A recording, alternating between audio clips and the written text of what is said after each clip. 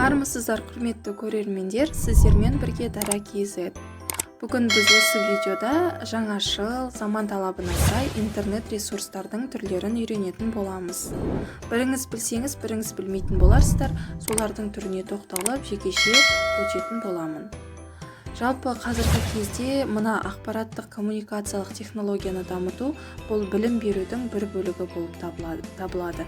Ендеше осы мынау интернет ресурстар, жаңашыл әдіс-тәсілдер, заман талабына сай ақпараттық технологиялар бұл сабақтың қызықты өтуіне және түсінікті әрі оқушының ынта-жігерін арттыруға өте зор мүмкіндігін береді.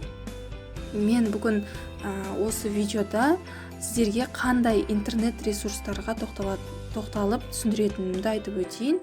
Жалпы бұл интернет ресурстардың мақсаты коммуникативтік құзыреттілікті қалыптастыруға бағытталған және оқушылардың ынтасын арттырады.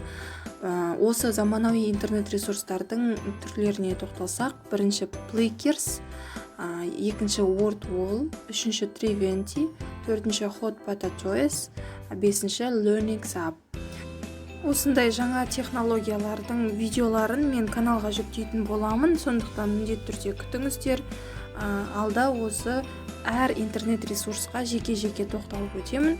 Бұл интернет ресурстар арқылы сіздер сабақты түсінікті, қызықты әрі бағалау ретінде өтулеріңізге болады.